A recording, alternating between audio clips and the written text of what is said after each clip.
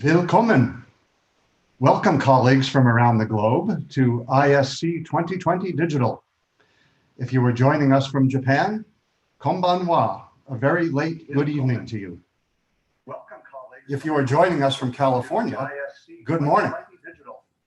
I wish that we were together in the Frankfurt Convention Center, sharing in the launch of the 35th edition of the world's longest running conference dedicated to the science and technology, the applications, the ecosystem, and indeed the art of high-performance computing. It would be a chance to expose young HPC researchers to the universe we find so compelling, a chance to meet vendors excited to demonstrate their new offerings, a chance to hear from field leaders and to reconnect with friends. And we will again gather physically for these opportunities on June 27th, 2021. But high-performance computing moves too quickly to skip a year. And having harvested a gratifying slate of technical submissions for 2020, it was an obvious decision to virtualize ISC High Performance. Welcome to the digital edition. I am David Keyes, Chair of ISC 2020 Digital. If, as Einstein said, a measure of our intelligence is our ability to adapt, then I hope we'll not merely accommodate with reluctance to our physical limitations, but exploit with eagerness the global network and infrastructure that our community actually created to expand the reach of the conference and indeed of HPC itself to new audiences that will allow us to come together with an even larger community in the future. We know already at the start of this meeting that your digital registrations exceed those of any previous year's highest final registration. Though we are prone to Zoom fatigue as a community, we can be grateful for the efforts of our peers to pre-record their presentations, our top 500 team for undertaking a geographically distributed live stream, and our ISC event team and their sponsors for providing at no cost the core ingredients of our annual June HPC rendezvous. As you can see from the online agenda at isc-hpc.com, we have a variety of treats prepared, including the global re-ranking of supercomputers, presented by the top 500 team of Erich Strohmaier, Horst Simon, and Jack Dongera, and including an award to the new global #1 system. This much anticipated event will immediately follow me in the live stream. Then we will move to a special session on HPC addressing COVID-19 and public health, presented by 3 continental spokespersons for the great mobilization of HPC in response to the pandemic that is keeping us apart today. Satoshi Matsuoka of RIKEN, Peter Coveney of UCL, and Rick Stevens of Argonne. We also have vendor presentations, including a special update from Intel, a pre-recorded version of the exhibitor forum, the PhD forum poster presentations, a full program of peer-reviewed research papers and posters, a limited program of the annual HPC in Asia review, and year-in review summaries from the focus session leaders in system architecture from Masaki Kondo, applications and algorithms from Hans Bungartz, emerging technologies from Karen Bergman, parallel programming and performance modeling from Sunita Chandrasekaran, and machine learning from Torsten Höfler. We have 2 pre-recorded keynotes in our 2020 digital program. One by Christel Michaelsen on quantum classical hybrid computing models, and the annual HPC Achievement and Impact Review by Thomas Sterling. Nor will we miss a year in celebrating special achievements of our community of researchers. We hereby announce officially the 2020 Hans Meuer Award finalists and the 2020 Gauss Center for Supercomputing awardee. These are drawn in a double-blind manner from all of the technical papers submitted to the Volunteer Paper Committee ably chaired this year by Sade Sadayapan of the University of Utah. The award papers will be presented among the 27 pre-recorded research talks released online tomorrow. They and all selected research papers will appear in the traditional Springer lecture notes in computer science proceedings. Having done Sade's job 2 years ago, I can tell you that it is a very difficult task to select such award papers from the highly competitive mix. The Meuer Award has been introduced in the memory of the late Dr. Hans Werner Meuer, originator and general chair of the ISC conference from 1986 through 2014, and a co-founder of the Top 500 project.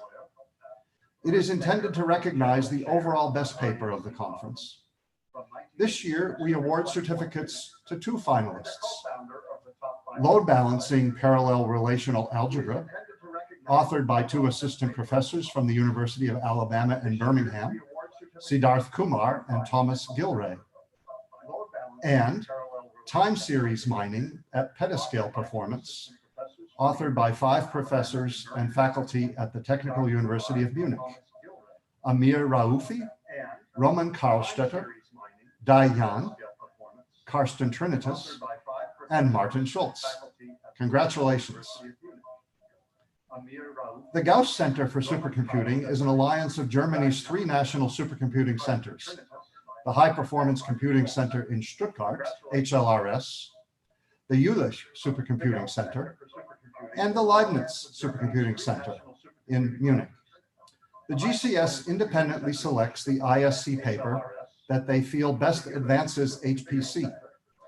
The Gauss Award at ISC Digital 2020 is Solving Acoustic Boundary Integral Equations Using High-Performance Tile Low-Rank LU Factorization, authored by a team from the King Abdullah University of Science and Technology, namely Noha Al-Harthi, Rabab Al-Omeri, Kadir Akbudak, Rui Chen, Hatem Altayef, Hakan Bagshi, and, I am humbled to say, myself.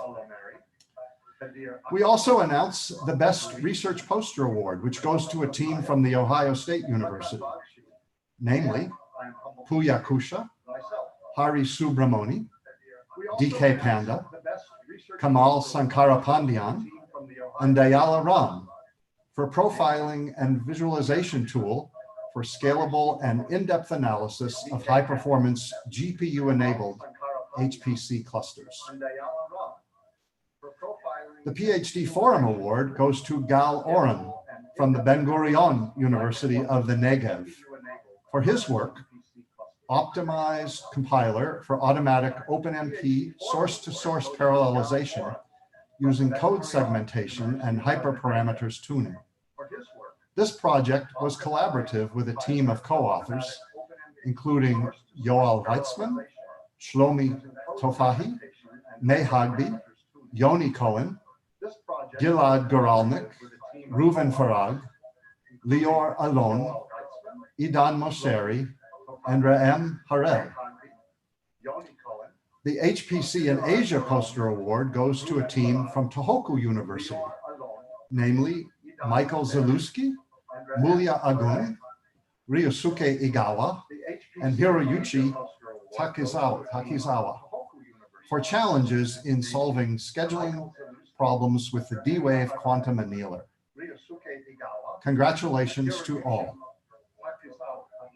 A high favorite adrenaline event at any in-person ISC is the student cluster competition. There will be a live streamed award ceremony to honor this year's winning team and to recognize all of the teams. It will come at 9 a.m. Central European Summertime on Wednesday morning, 24 June. Finally, on the traditional Thursday, 25 June, 10 of the workshops originally scheduled for ISC 2020 plan to operate, some of them by live stream and some pre-recorded. If you've never been to an ISC workshop, check one out on the house. Most of the interactive events of ISC 2020, such as tutorials, birds of a feather sessions, other workshops, and of course the vendor floor show will be deferred to 2021. On behalf of the ISC events team, the sponsors, and the dozens of peer volunteers that have constructed this year's program in hopes of a different kind of outcome, welcome indeed to ISC 2020 Digital. And now it's my pleasure to introduce Horst Simon of Lawrence Berkeley National Laboratory, the chair of the June 2020 session for the top 500, the Green 500, and the HPCG rankings. Good morning. This is Horst Simon. I am speaking to you from California, so it's early morning here, and it's a great pleasure to join my top 500 colleagues, Jack Dongara, Erich Strohmaier, and Martin Meuer, to welcome you to the top 500 session here at Digital ISC 2020. This is the 55th list, and it's of course a remarkable accomplishment to have 55 lists going, and so even COVID-19 will not slow us down. And so I'm very happy to tell everybody who is anxiously waiting about the results that the list is alive and well, and we will move forward in the same way as 54 times before. With this, I'm very pleased to introduce my colleague Erich Strohmaier, who is also at Lawrence Berkeley National Lab, and he will go through a presentation about the winners of the top 500 and then give his traditional analysis, first analysis of the new data that we have. And I would like to invite all of you to submit questions that you might have at the bottom of the stream on YouTube. Jack will collect the questions and then post them to us here at the panel at the end of the session. With this, welcome Erich, and let us hear about top 500 number 55. Thank you, Horst. Welcome to everybody and good morning from California. It is my pleasure to give some of the highlights about the new top 500 list, which we're publishing today, just during this session, at the end of the session. And even under this current circumstances, everybody here would very much like to be in Frankfurt instead, but so are the times. So with that, I switch to my slides.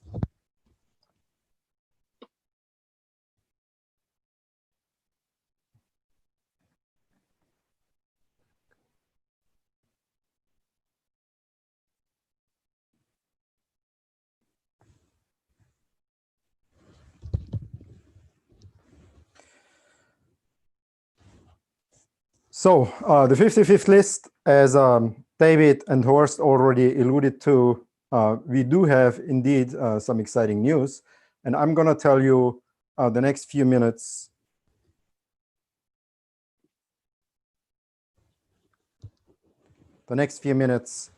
about the new top systems in the list, as well as some other things. But before we go to that, we have one thing traditionally, which we unfortunately have to do virtual this year, so it's going to be very different than in the past. Every 6 months, we are handing out some certificates for the top systems in the world, and we want to continue that even in this format. However, there is no time to actually switch to other people and accept awards and things like that. So all I'm going to do for the next few minutes, is name the awardees and give them the recognition that way. So I'm going to show you these awards in roughly that same order. And I like to start backwards this time by the number 1 system in Europe. The number 1 system in Europe is actually a new system which has not been on the list before. It's called HPC5. It's a power edge system, and it's installed at an industrial customer, which is also very unusual for a top 10 system, at the Italian company NISPA. It achieved about 26 petaflops on the Limpac benchmark and made a very respectable debut in the top 500, and we're going to hear a little more about this. So this is the highest ranked system in the top 500 in Europe. The number 3 system overall worldwide is actually a very well-known system, Sierra system. at Sandia National Labs, Sierra system in the US, which has been in the past the number 2 system. And David and Horst already alluded to, we have a new number 1 system. So it slipped from number 2 to number 1, but it's still one of the very big systems in the US, second biggest system. The number 2 system this year became now Summit. She used to be the number 1 system for a couple of editions of the list, with just about 148, 149 petaflops on the HPL Impact benchmark. It's installed in the US as well, in Oak Ridge. Okay, and with that, the new number 1 system is actually called the supercomputer Fugaku. It's installed at the Riken Center for Computational Science in Japan, and it achieved a impact benchmark performance of 415 petaflops. That is almost 2.8 times faster than the old number 1 Summit, so it's a healthy increase over the previous state of the art.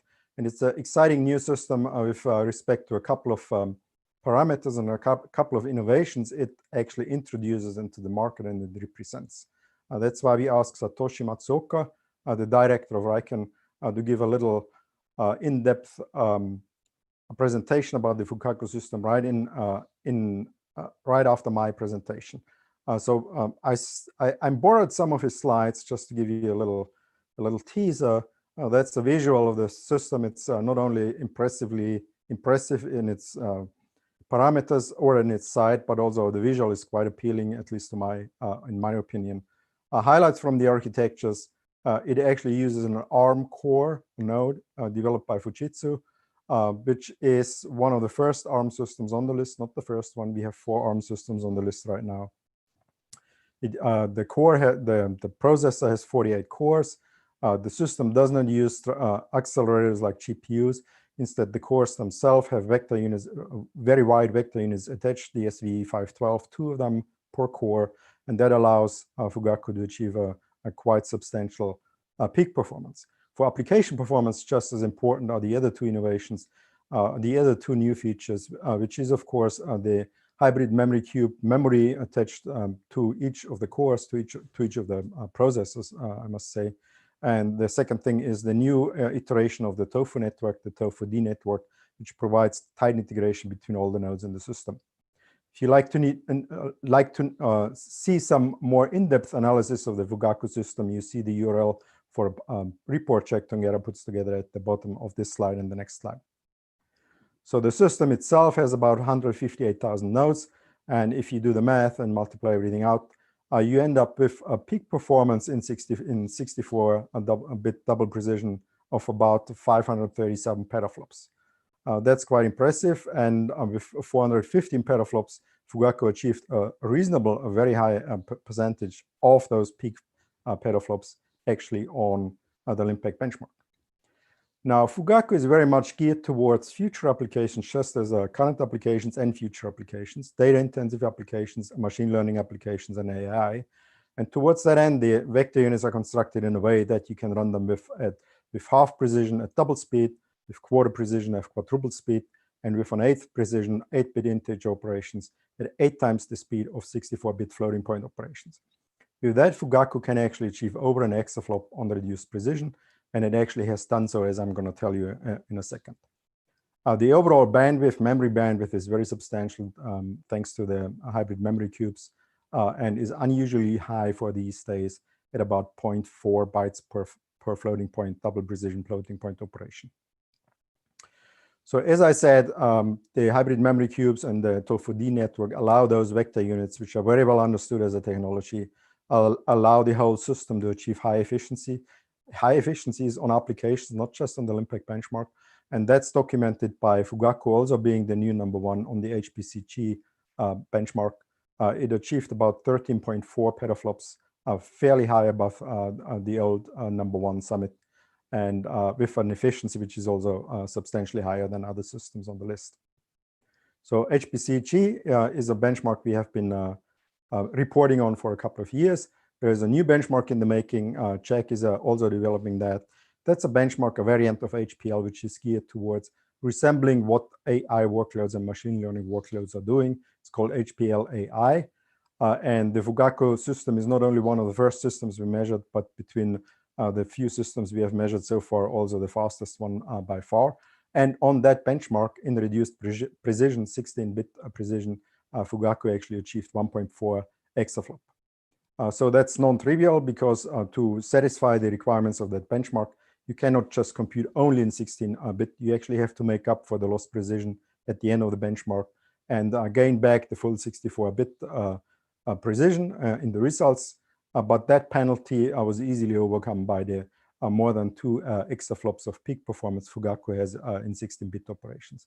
So with that, Fugaku really is heralding in the exaflop, the age of exaflops, sustained exaflops. And it's going to be interesting to see what Fugaku can achieve on other applications. Another project which works together with the top 500 very closely is the Green 500. And we also hand out traditionally an award for the first Green 500 system.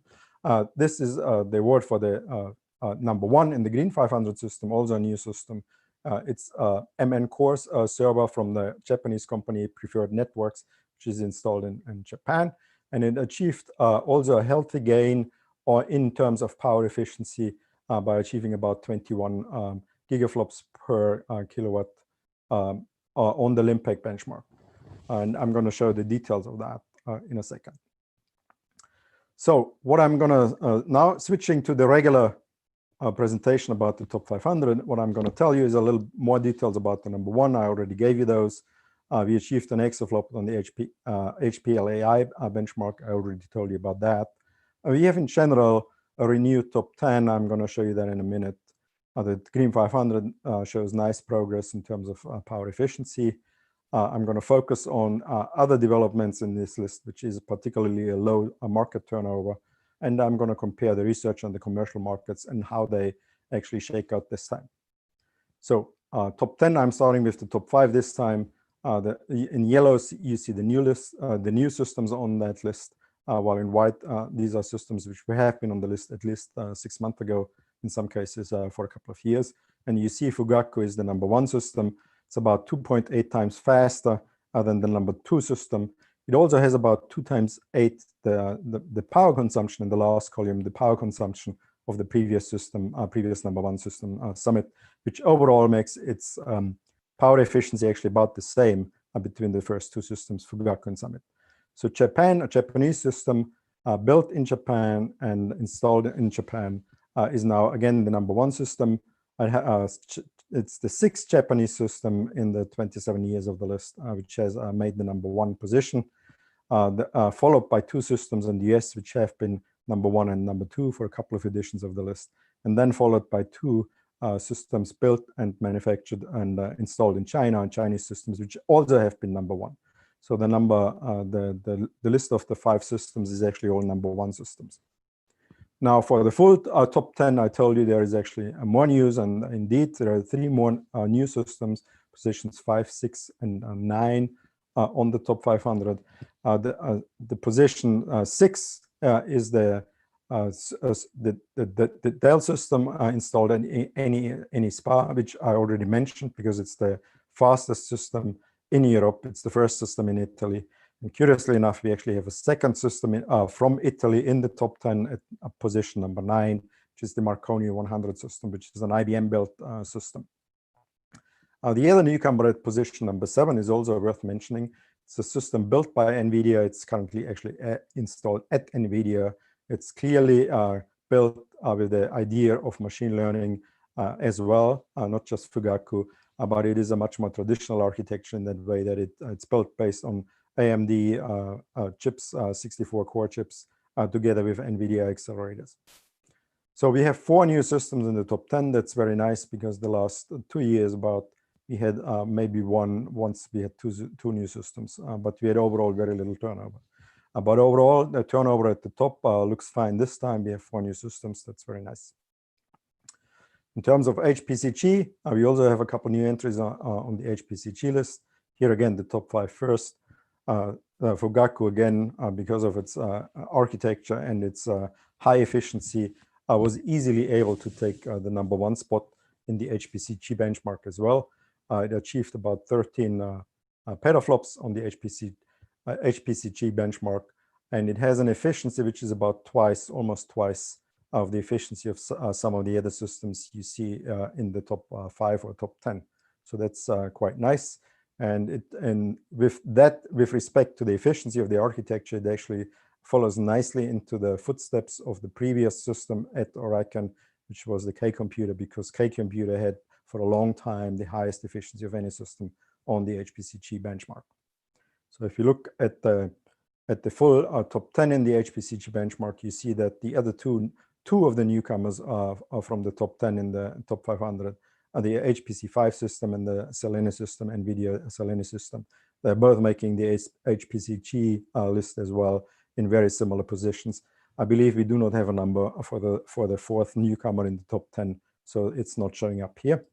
So there is overall progress. Performance levels, of course, on the HPCG benchmarks are still much lower than on the HPL benchmarks. So the other top 10 list we typically produce and publish is the Green 500. These are the top 10 systems on the Green 500. Green 500 is a different type of listing as the top 500 or the HPCG list. The Green 500 is really a list which focuses on technology and not necessarily on size of system. That's why the Green 500 always has a much higher turnover. And you see there is 5 new systems in the top 10 of the Green 500. That's more typical for this type of listing. You see that Fugaku is not the number 1. It is actually just off the top 10. It actually should be here. I don't know. I must have made a mistake on this table. Oh, it is there. I'm sorry. It is there. Of course, it is there. It's number 9. Very close to Summit, the number 2 system on the list. Has that really means Fugaku as well as Summit have very impressive power efficiencies. But the new number 1 is a newcomer in the space of HPC. It's a system built by Preferred Network in Japan, and it's using a Xeon chip as main CPU, but using its own MN core accelerator for acceleration of the computations. Most of the systems in the top 10 of the Green 500 are typically accelerated with GPUs, the 2 exceptions being the 2 systems from Fujitsu, Fugaku and its prototype at Fujitsu, which do not use external accelerators, so they are different in that respect. Otherwise, all the systems in the top 10 of the Green 500 use accelerators at this point. The step up from Selene and the MN3 system in terms of efficiency is nice, about 10% over the old number 1, but we just above 20 gigaflops per watt now. So that's good news.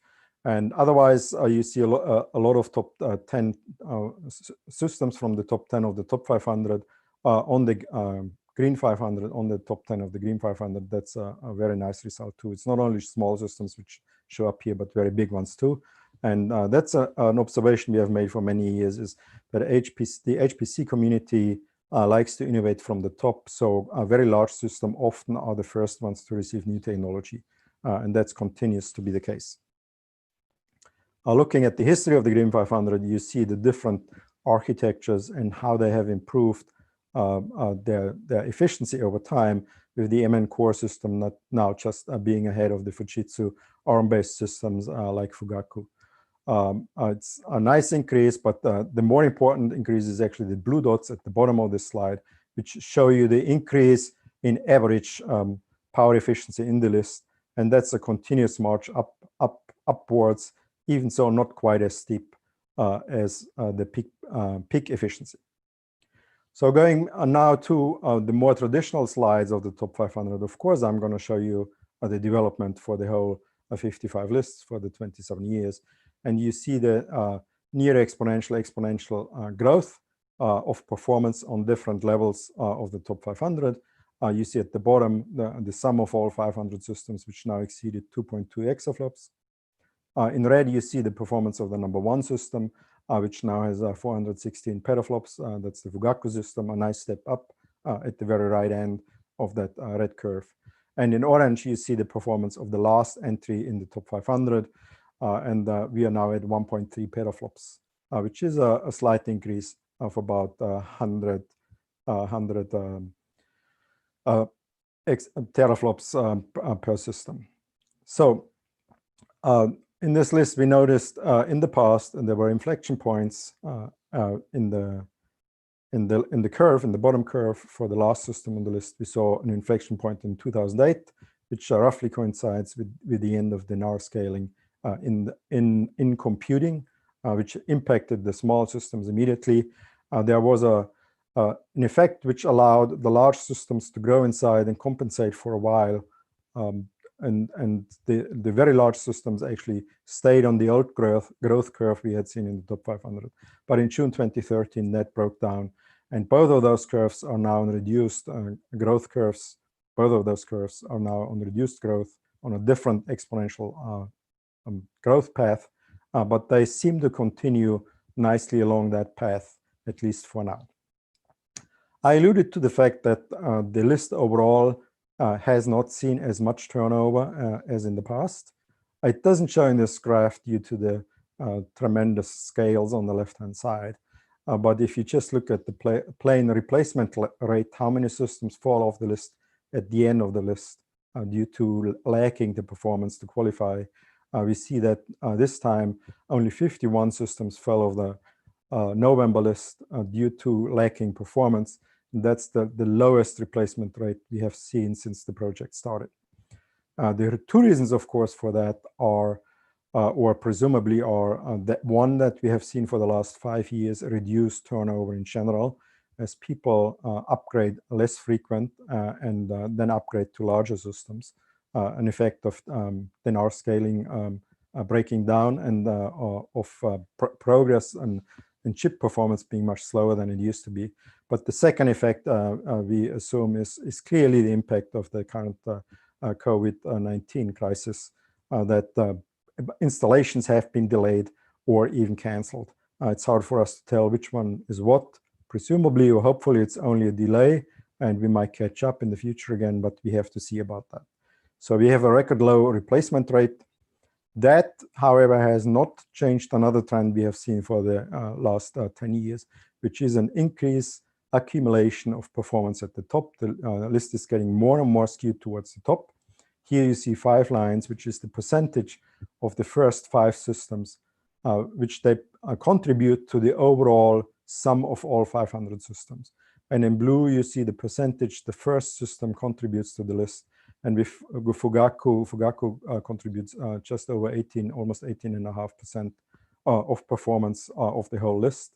With Fugaku, we have actually a new record in terms of size of the number 1 system relative to the average of all 500s. But the number 2 and so on system are actually fairly large too. And in the past, sometimes the percentage they represent sometimes was only achieved by the number 1 system. So being curious of the peaks, about I actually labeled them for once. The very first peak on the left-hand side was the first one of the first Japanese system to be the number 1, the numerical wind tunnel NWT.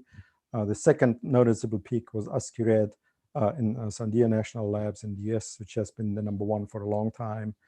Followed in the early 2000s by the Earth Simulator, second Japanese system in this listing, actually the third one, which was number 1, followed by the Blue GNL system in Livermore, then the K computer in Japan at the same institution, Riken CCS, as now Fugaku is installed, and the immediate predecessor system before the Fugaku system.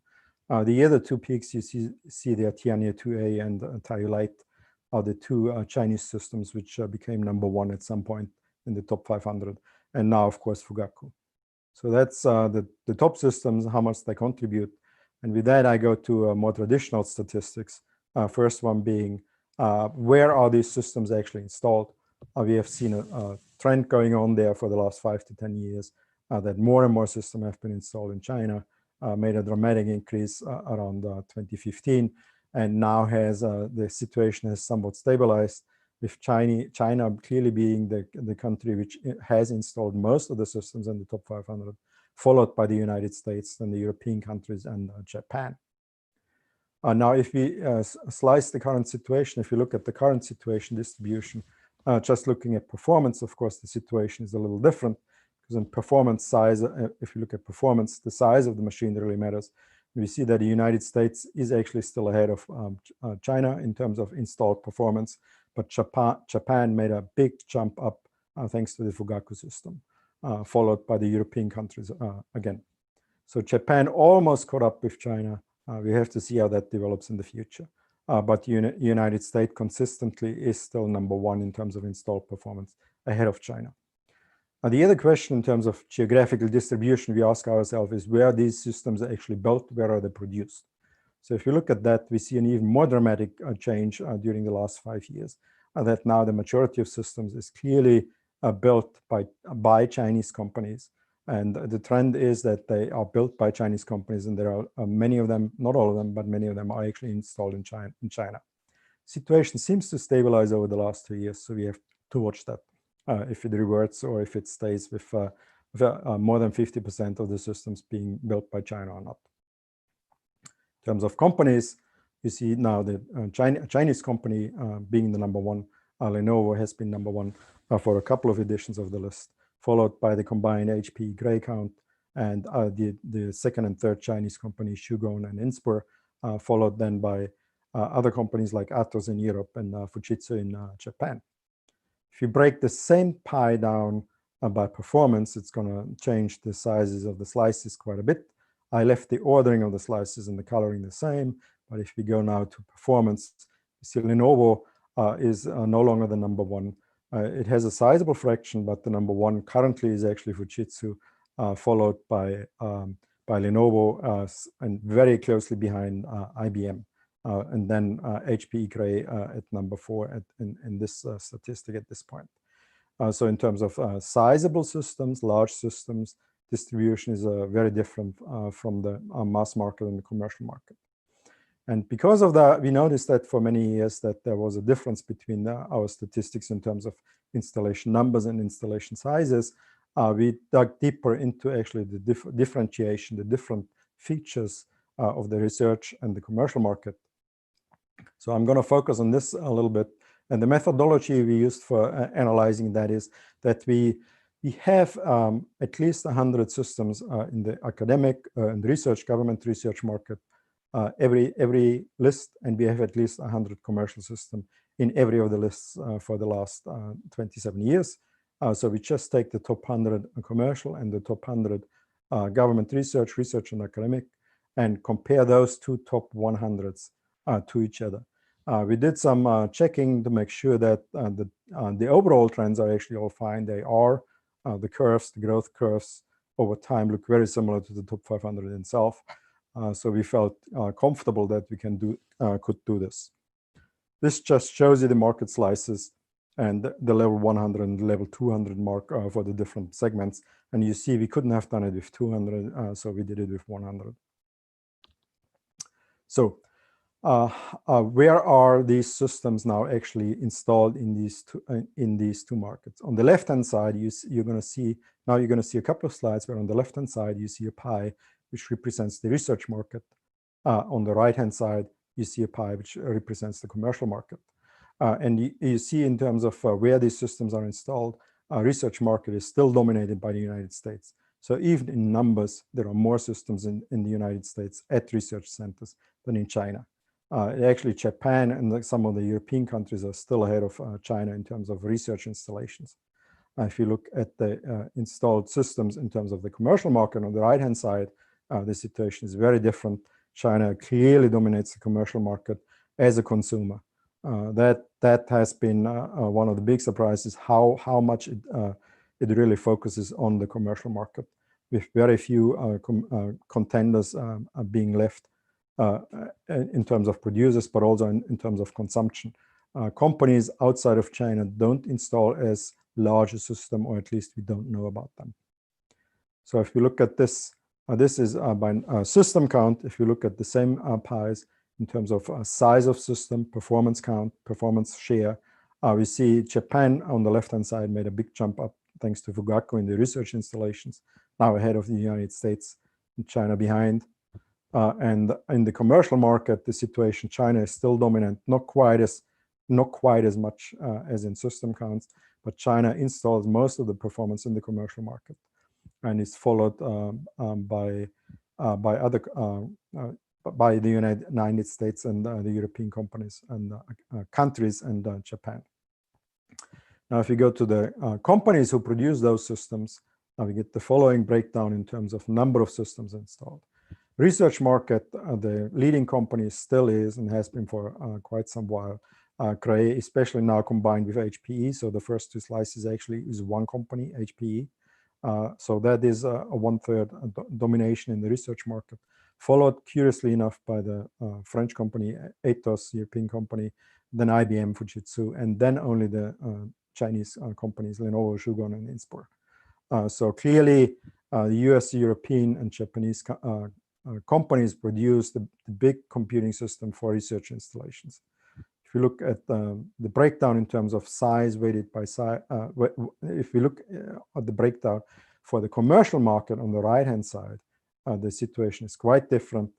It's basically totally inverted, with the 3 Chinese companies producing by far the most system in the top 500, and all the others being rather marginal.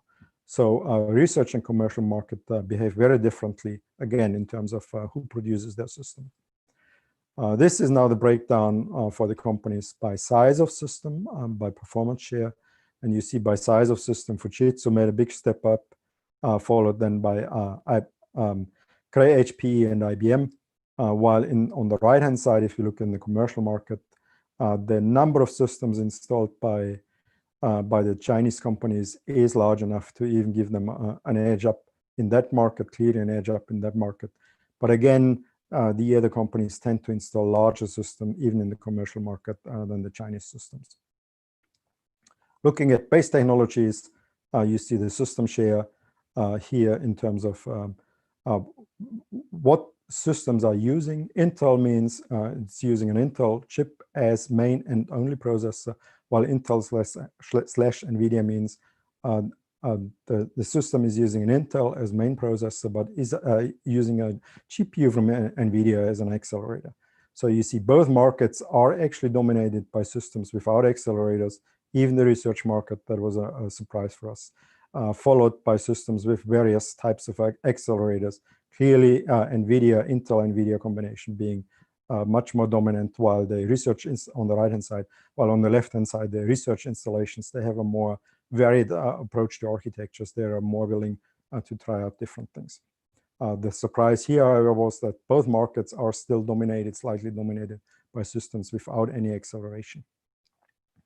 Looking at size, it changes somewhat, especially for the research market, because accelerators are very important there.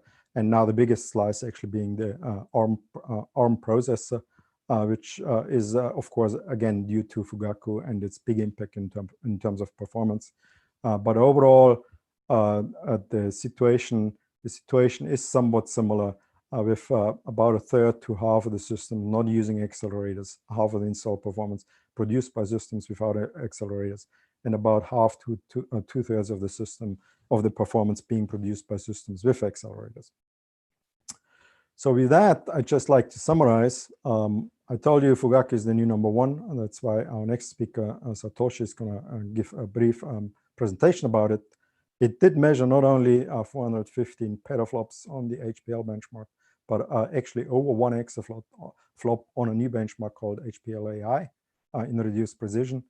So that's very exciting. That's just as exciting as the other measurement. The top 10 had a very nice turnover. It has 4 new systems now. That is in contrast to actually having a record low turnover for the list itself for various reasons. And the 2 market segments of research systems and commercial systems are actually behaving very differently. And it's interesting to watch that, how it evolves over time. And with that, I like to give back to Horst.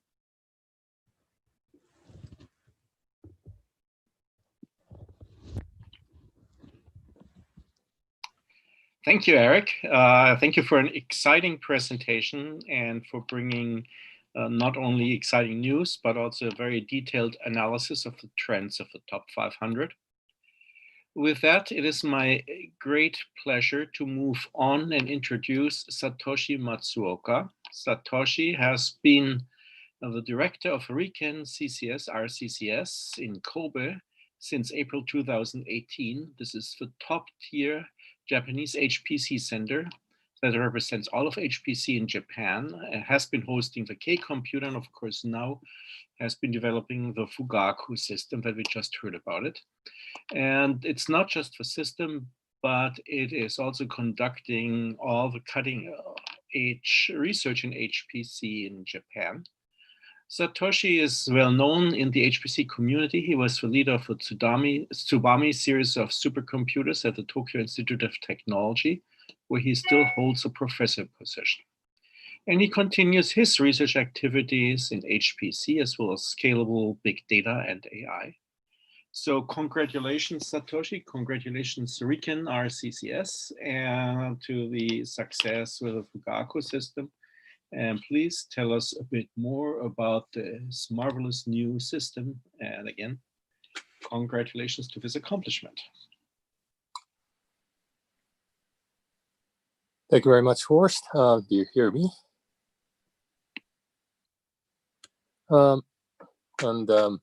Firstly, I'd like to say we're very honored. I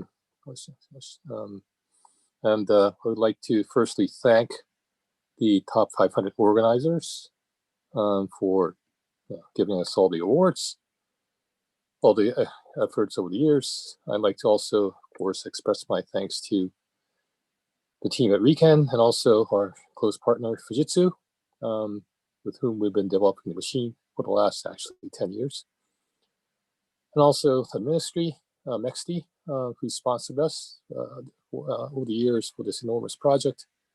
And of course, the Japanese taxpayers and the HPC community, who basically have supported us in various ways, including their valuable tax money.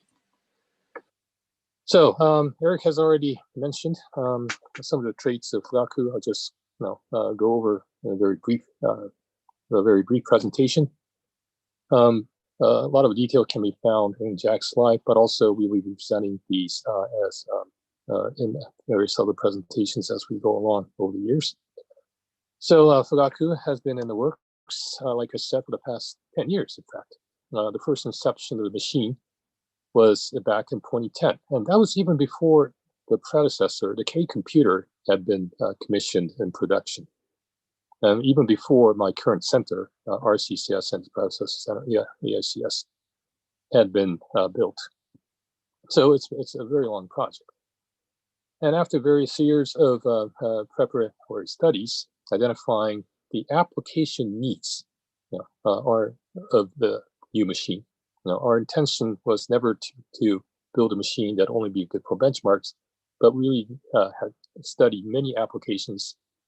And we took towards what would be the exascale machine, Erich machine, that will cater to these very large speedups necessitated by the science. 2014, the project was officially launched. 2018, the first chip, ISC Core-FX chip, came out of the fab. And 2019, installation started in December.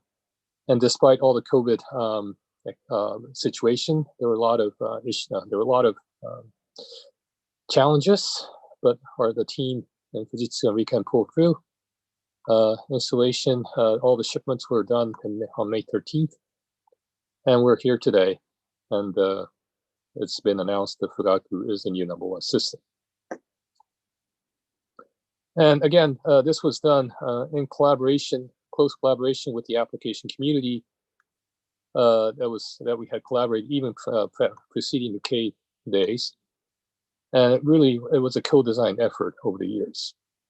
And by identifying the 9 important areas that are of high concern to the Japanese taxpayers at large, we have set out to identify the applications and set 9 applications that we had hoped will achieve more than 100 times speed up.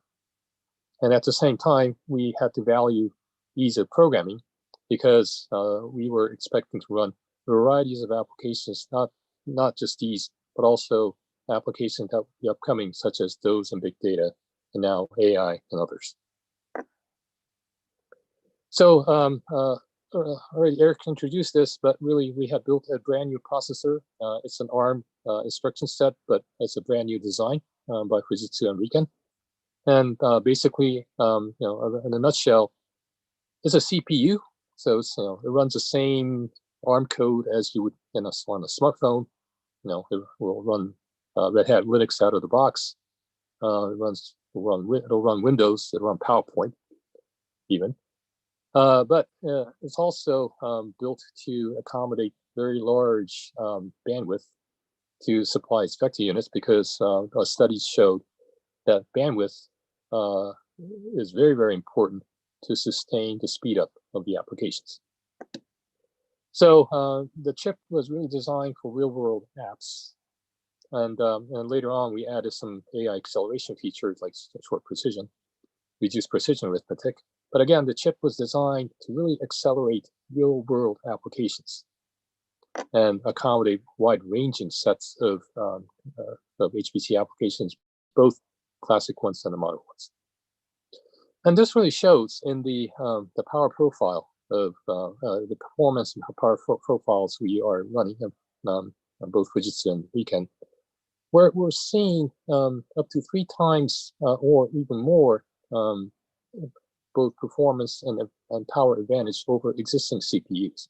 And as Eric alluded to, our power efficiency is pretty much in the range of a GPUs or the latest breeds of accelerators, specialized accelerators, while being a general purpose CPU.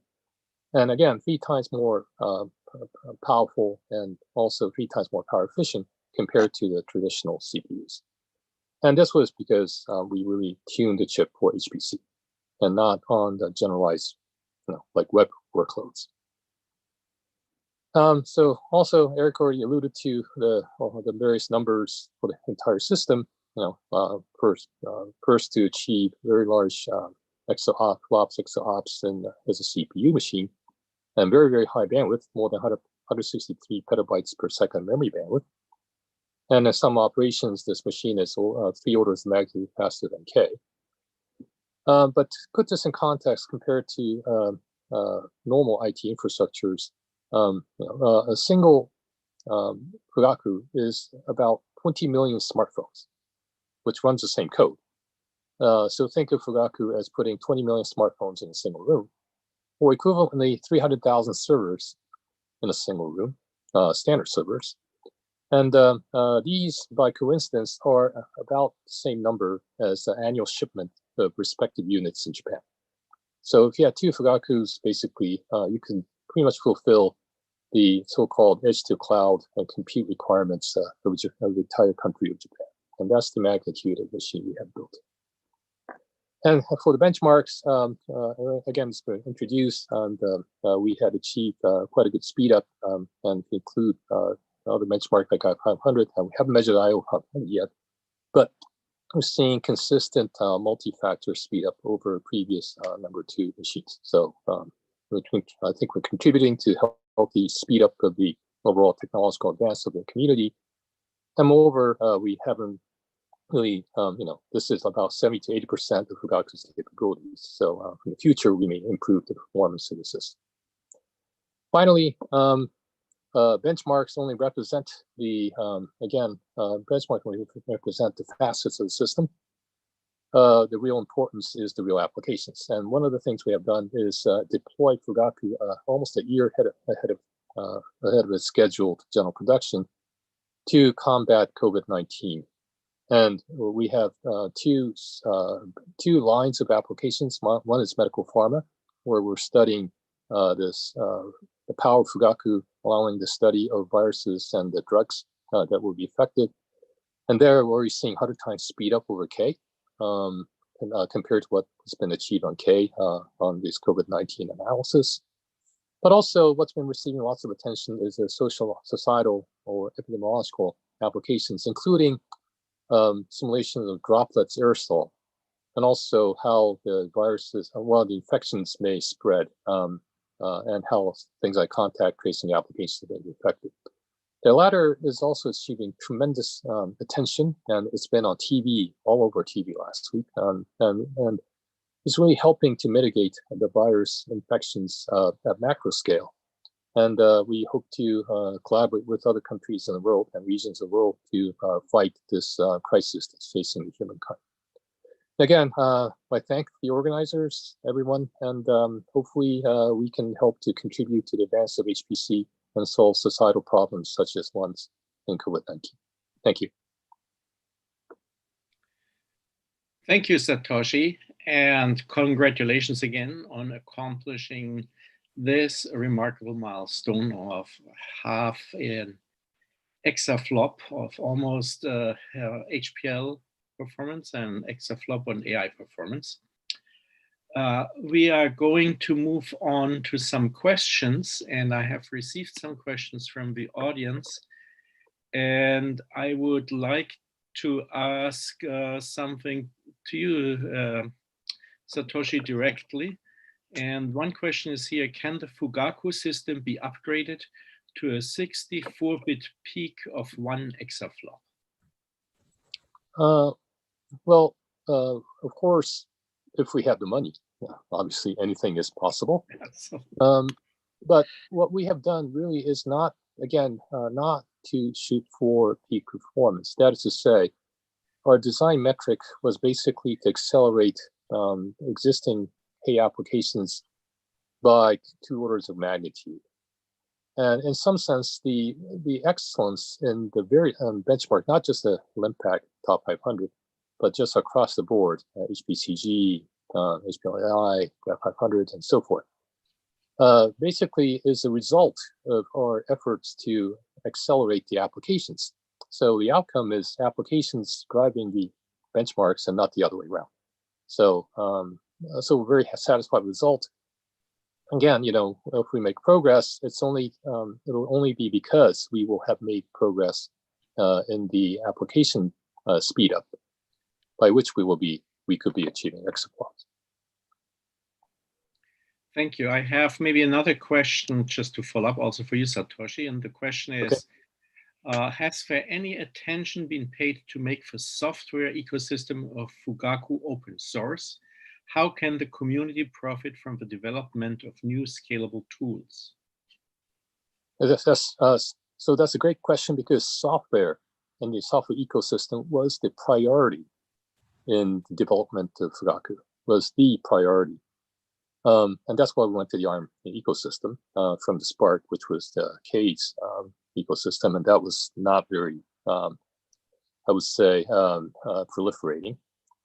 So firstly, we made a decision to go with ARM, and this has led to a variety of collaborations with various institutions worldwide, and also with ARM company and so forth, with DOE, with the European institutions, and so forth.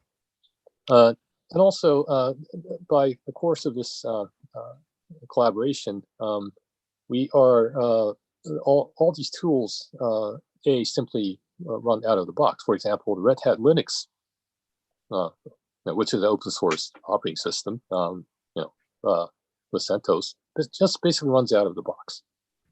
And we have collaborative efforts with Livermore on SPAC. So we're helping the Livermore folks basically adapt the SPAC package manager to the ARM ecosystem. And this is also collaborating with other parties like Syndia and also some of the European institutions. And a lot of those, majority of those software open source, and they simply run, and it's very easy to tune them to the new system. Yes, so again, software is the key. That's the heart of a computing system, and we're making every effort to enrich the ARM ecosystem so that it'll be one of the dominant systems in the HPC community.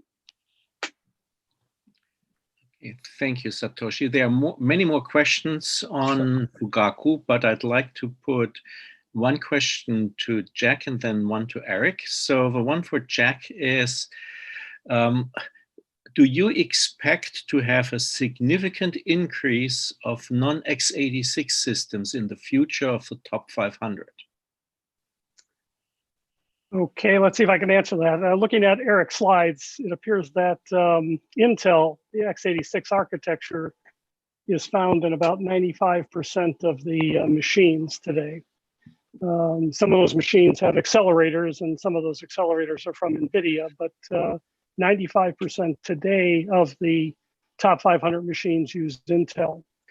And that has been going on for a number of years, roughly around that number, 95 or a little bit higher, in fact. I would expect in the future that number to drift down a little bit as we see more machines appear with ARM being the base architecture.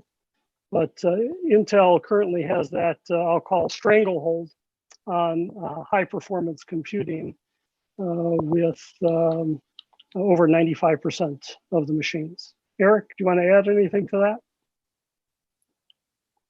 So in the past, there were other companies producing main processors, such as IBM with the power architecture, which is still there. AMD, of course, is producing x86 compatible ones. ARM is coming in with Fujitsu starting to sell ARM-based systems, and in the US, we have an ARM-based system at Sandia. So there is a nice innovation. But as we are approaching the end of Moore's law, as a naked performance growth is slowing down the pace of it, the innovation in architectures, being on the chip level or being on the system level, is becoming more and more important. And with that, we have been expecting to see an increasing number of variety of architectures in the top 500 in the market. And it's refreshing to see that actually happens. There is a lot of companies out there trying to build new chips or designing new chips. And we have to see how many of those are going to be in the top 500, are going to measure the HPL or the HPL AI benchmark. So I think we're going to see a large variety, but I also think that, especially for the commercial market, the x86 architecture is going to be by far the dominant one for quite some time. Okay, thank you, Jack and Erich. So I have the very last question for you, Erich, and the question is, will there be an ISC award to celebrate your retirement? I don't know about this. The real question is, so congratulations on your retirement, but will you still be involved with the top 500? So yes. Yes, I am retiring from working at Lawrence Berkeley National Labs. I'm going to stay an affiliate to the lab. I will certainly continue the top 500. And the whole point of retiring for me is not to disappear. The whole point of retiring for me is that I'm now going to have a lot more time for my fun projects, top 500 being the foremost of those. So I'm going to be very much around. And thank you, Erich. So we're looking forward to see you, hopefully also in person at future SC and ISC conferences for top 500 sessions and birds of a feather. And with that, thank you. With that, thank you for your many years of contributing to the top 500. I'll turn back to David Keys, Okay. the Well, ISC Digital Chair. Horst, Jack, and Satoshi for updating us with the 55th top 500 list. And now, except for the student cluster competition award ceremony and some workshops being live streamed, the rest of ISC 2020 is available by pre-recorded talks according to the program listing and clickable resources at isc-hpc.com. Each day's program, tomorrow through Thursday, will be opened up at 4 p.m. Central European Summertime. And available starting now are the COVID-19 and HPC sessions, the Intel HPC Special, the Vendor Showdown, and the PhD Forum poster blitzes. There are no time conflicts among these. You may access them in any order. So thank you all for joining and enjoy your complimentary ISC 2020 digital. Good evening.